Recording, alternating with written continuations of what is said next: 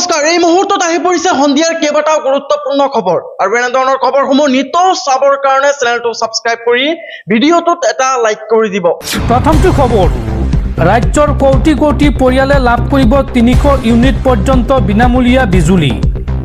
Free বিজুলীৰ বাবে ৭৮,০০০ টকা পৰ্যন্ত লাভ কৰিব সাবসিডি অৰ্থাৎ ৰাজ সাহায্য। এই সন্দৰ্ভত বৃহৎ ঘোষণা অসম চৰকাৰৰ। ৰাজ্যৰ কোটি কোটি পৰিয়ালৰ বাবে ঐতিহাসিক ঘোষণা অসম চৰকাৰৰ। 300 ইউনিট পৰ্যন্ত লাভ কৰিব বিনামূলীয়া বিদ্যুৎ। ৰাজ্যৰ প্ৰায় প্ৰতিটো পৰিয়ালৰ বিদ্যুতৰ বিল নাইকিয়া হৈ পৰিব। বিদ্যুতৰ মাচুলৰ পৰা সকাহ দিবলৈ চৰকাৰে আৰম্ভ কৰিছে অভিলাষী আঁচনি।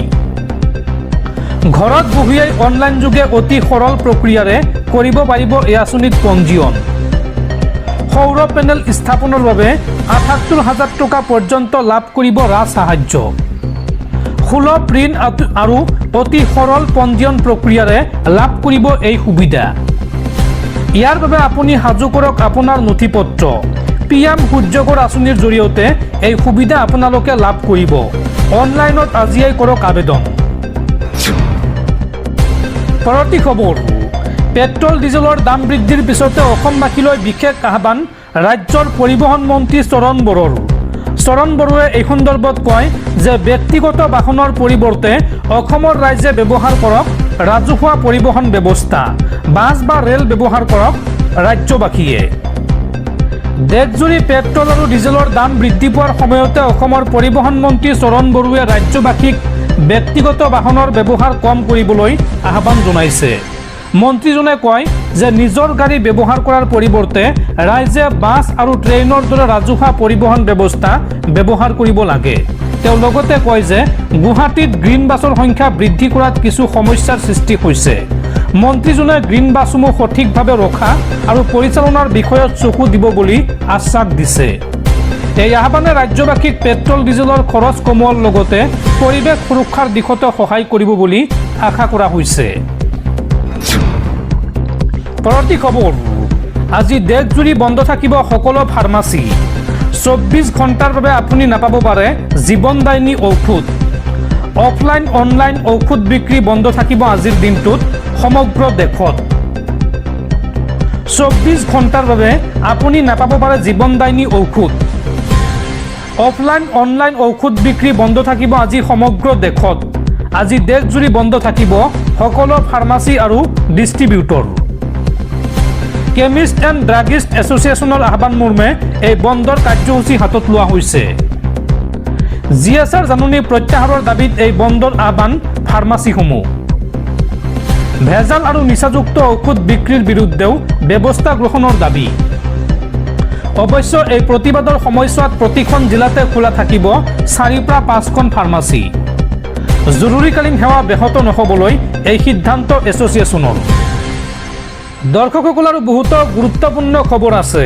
তাৰ আগতে আপোনাক জনাওঁ যে যদি আপুনি এতিয়ালৈকে এইটো ভিডিঅ'ত লাইক কৰা নাই তেন্তে এতিয়াই ভিডিঅ'টোত লাইক কৰি দিয়ক আৰু এনেকুৱা ধৰণৰ ভিডিঅ'সমূহ নিতৌ চাবলৈ চেনেলটো ছাবস্ক্ৰাইব কৰি কাষত থকা বেল আইকনটো প্ৰেছ কৰি ৰাখক। পৰৱৰ্তী খবৰ সাৱধান ৰাজ্যবাসী। অহা 23 মে পৰ্যন্ত ৰাজ্যত হ'ব প্ৰচণ্ড ধুমুহা বৰষুণ। এই সময়ছোৱাত প্ৰতি ঘণ্টাত 50 কিলোমিটাৰ বেগত আহিব ধুমুহা। বতৰ বিজ্ঞান কেন্দ্ৰই এই সন্দৰ্ভত ৰাজ্যৰ 22খনকৈ জিলাত জাৰি কৰিছে এলাৰ্ট। অহা 23 মে পৰ্যন্ত ৰাজ্যত হ'ব প্ৰচণ্ড ধুমুহা বৰষুণ। প্ৰতি ঘণ্টাত 50 কিলোমিটাৰ বেগত আহিব ধুমুহা। বতৰ বিজ্ঞান কেন্দ্ৰই এই সন্দৰ্ভত ৰাজ্যৰ 22খনকৈ জিলাত জাৰি কৰিছে এলাৰ্ট। অসমৰ কোন কোন জিলাত এলাৰ্ট জাৰি কৰা হৈছে চাওঁ আহক। তিনিচুকীয়া, ডিব্ৰুগড়, ধেমাজি, লখিমপুৰ, মাজুলী, যোৰহাট, গোলাঘাট, বিশ্বনাথ, কাৰ্বি আংলং, কামৰূপ মেট্ৰ', কামৰূপ গ্ৰাম্য, নলবাৰী, তামুলপুৰ, বাক্সা, বজালী, বৰপেটা, গোৱালপাৰা, বঙাইগাঁও, চিৰাং, কোকৰাঝাৰ, ধুবুৰী আৰু দক্ষিণ চালমাৰাত জাৰি কৰা হৈছে য়েল্ল' এলাৰ্ট। এইকেইদিন অত্যন্ত প্ৰয়োজন নহ'লে নিশা ঘৰৰ পৰা নোলাব। এই সাৱধানবাণী ভাৰতীয় বতৰ বিজ্ঞান কেন্দ্ৰৰ। পৰৱৰ্তী খবৰ দুদিনীয়া ভ্ৰমণসূচীৰে ভাৰতলৈ আহিব ৰাছিয়াৰ ৰাষ্ট্ৰপতি ভ্লাদিমিৰ পুটিন। 12 আৰু 13 ছেপ্টেম্বৰত ভাৰত ভ্ৰমণ কাৰ্যসূচী হাতত লৈ ভাৰতলৈ আহিব ৰাছিয়াৰ ৰাষ্ট্ৰপতিগৰাকী। নতুন দিল্লীত অনুষ্ঠিত হ'বলগীয়া ব্ৰিক্স সন্মিলনত অংশ ল'ব পুটিনে। পৰৱৰ্তী খবৰ, বিজেপি চৰকাৰৰ দিনতে অসমত হৈছে সৰ্বাধিক ধৰ্মান্তৰকৰণ। ধেমাজিত 2023 চনত আছিল 65টা গীৰ্জাঘৰ আৰু বৰ্তমান সেয়া বৃদ্ধি পাইছে 275টালৈ। লোক প্ৰলোভন দি খ্ৰীষ্টান ধৰ্মলৈ ধৰ্মান্তৰকৰণ কৰা হৈছে একাংশ লোকক। সংবিধানৰ 342 নং অনুচ্ছেদ সংশোধন কৰি ধৰ্মান্তৰিত লোকক জনজাতিৰ তালিকাৰ পৰা নাম কৰ্তন কৰক। সংবাদমেল পাতি এই আহ্বান জনজাতি সুৰক্ষা মঞ্চৰ উত্তৰ পূবৰ আহ্বায়ক বিনোদ কুম্বাঙৰ। পৰৱৰ্তী খবৰ, অসমত আৰম্ভ হ'ব ৱাটাৰ মেট্ৰ' সেৱা। গুৱাহাটী, তেজপুৰ আৰু ডিব্ৰুগড়ত চলিব ৱাটাৰ মেট্ৰ'। অসমৰ লগতে দেশৰ 18খন চহৰত ৱাটাৰ মেট্ৰ' সেৱা আৰম্ভ হ'ব। এই বৃহৎ ঘোষণা কেন্দ্ৰীয় জলপথ মন্ত্ৰী সৰ্বানন্দ সোণোৱালৰ আৰু কেন্দ্ৰীয় চৰকাৰৰ এই পদক্ষেপক আদৰণি মুখ্যমন্ত্ৰী হিমন্ত বিশ্ব শৰ্মাৰ। পৰৱৰ্তী খবৰ, উগ্ৰপন্থী সংগঠন আলফা স্বাধীনৰ লিংকমেন হোৱাৰ অভিযোগত পুনৰ ধেমাজিত এজনক গ্ৰেপ্তাৰ। ধেমাজি আৰক্ষীৰ জালত কুৱাখোলা গাঁৱৰ অংকুৰজ্যোতি গগৈ। অংকুৰজ্যোতিৰ বিৰুদ্ধে উগ্ৰপন্থী সংগঠন আলফা স্বাধীনৰ হৈ ধন সংগ্ৰহ কৰাৰ অভিযোগ, লগতে একাধিক আইন বিৰোধী কাৰ্যকলাপত লিপ্ত থকাৰ অভিযোগ এইগৰাকী যুৱকৰ বিৰুদ্ধে। আৰু এই সন্দৰ্ভত ধেমাজি সদৰ আৰক্ষী থানাত ৰুজু হোৱা গোচৰৰ ভিত্তিত আৰক্ষীয়ে আৰম্ভ কৰিছে তদন্ত। পৰৱৰ্তী খবৰ, 1 টকাৰ কাম কৰি 10 টকাৰ প্ৰচাৰত ব্যয় কৰা জোনাই নেতা। খুদ ৰাজনৈতিক নেতাৰ এইবাৰ মুখা খুলিলে কেন্দ্ৰীয় পথ পৰিবহণ আৰু ঘাইপথ মন্ত্ৰী নীতিন গাডকাৰীয়ে। নীতিন গাডকাৰীয়ে বহু সময়ত সঁচা কথাই কয়। তেওঁৰ কথাবোৰ শুনিলে চাগৈ বহু নেতা মন্ত্ৰীৰ গা বেজবেজাই যায়। কথাবোৰ পিছে তেওঁ দুদিনৰ আগতে এখন সভাত কৈছিল। চৰ্চা পিছে এতিয়া লাহে লাহে তীব্ৰতৰ হৈছে। কেন্দ্ৰীয় মন্ত্ৰীগৰাকীয়ে কৈছিল যে ৰাজনীতিত 1 টকাৰ কাম কৰি 10 টকা কেৱল প্ৰচাৰ আৰু বিজ্ঞাপনত খৰচ কৰাটো এক অলিখিত নিয়ম হৈ পৰিছে। খুদ ৰাজনৈতিক নেতাৰ এইবাৰ মুখা খুলিলে কেন্দ্ৰীয় পথ পৰিবহণ আৰু ঘাইপথ মন্ত্ৰী নীতিন গাডকাৰীয়ে। বহু সময়ত বিভিন্ন অনুষ্ঠানত চৰকাৰৰ কামক লৈ গাডকাৰীয়ে কৰি আহিছে বিভিন্ন মন্তব্য। পুনৰ আন এক বিস্ফোৰক মন্তব্যই সামাজিক মাধ্যমত লগাইছে তোলপাৰ।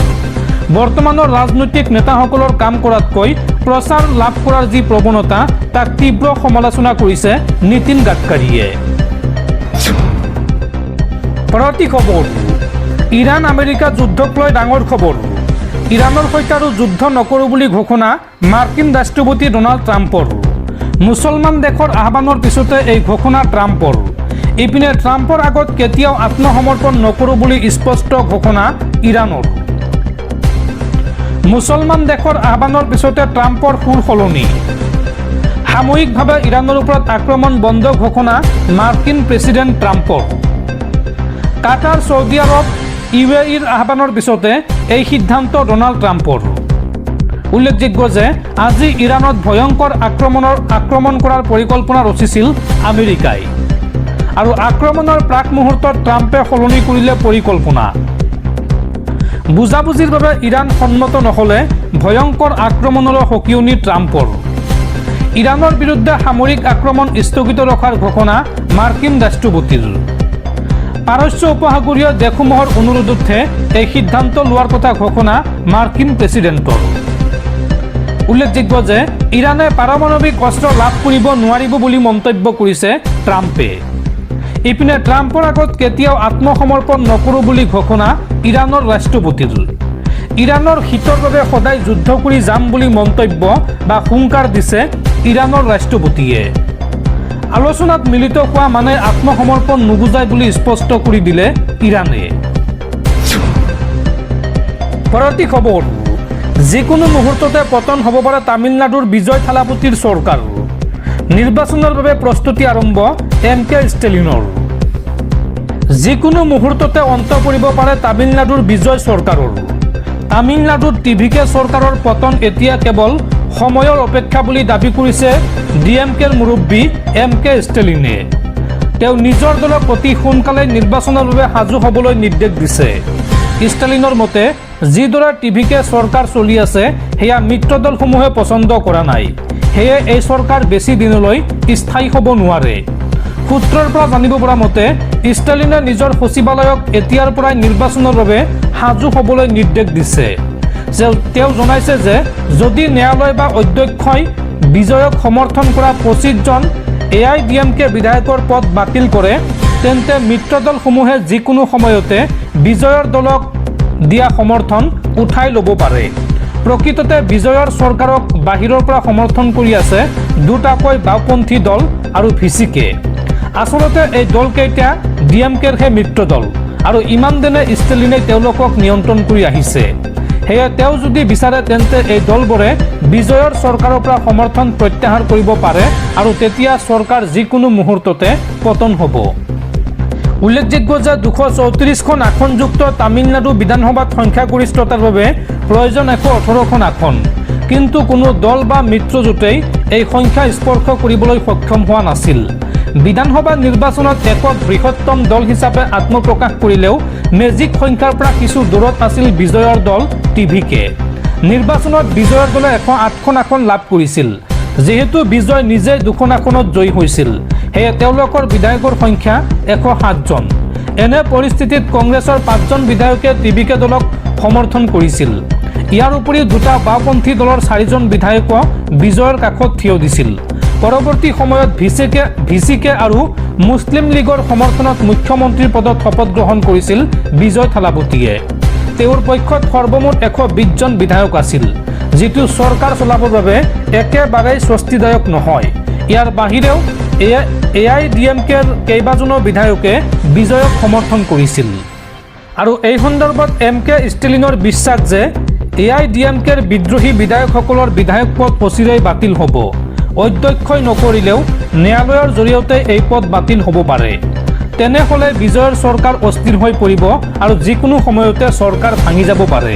তেনে ক্ষেত্ৰত কাৰ্যকাল শেষ হোৱাৰ বহু আগতেই তামিলনাডুত পুনৰ নিৰ্বাচন অনুষ্ঠিত হ'ব, কিয়নো DMK দলে আন কোনো দলৰ সমৰ্থনত চৰকাৰ গঠন কৰাৰ চেষ্টা নকৰে, যাৰ ফলত এতিয়াৰ পৰাই দলটো নিৰ্বাচনৰ বাবে সাজু হৈ থকাটো উচিত বুলি তেওঁ মত প্ৰকাশ কৰিছে।